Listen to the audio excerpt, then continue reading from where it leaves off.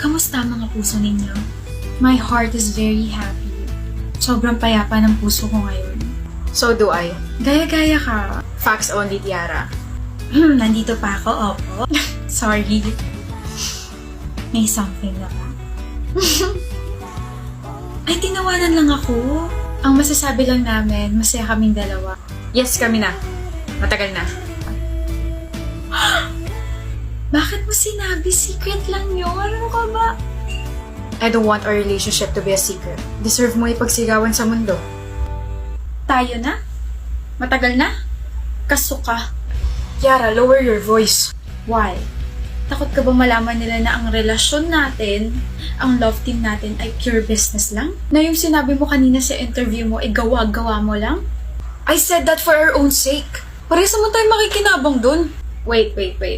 Did you just say, parehas tayong makikinabang? Oo!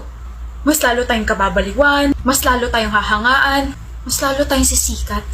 Harris, ikaw lang ang nakikinabang sa love team na to at sa ginawa mo. What? Wala naman akong makukuha sa'yo. I mean, I'm popular without you. I have money. I have endorsements. I have everything. I don't need you. You still don't get it, do you? Don't tell me naniniwala ka pa rin na kaya pinartner ka sa akin dahil may chemistry tayo? That's lame and that's not how it works, baby. Kaya ka lang nagustuhan ng mga tao dahil kasama mo ako.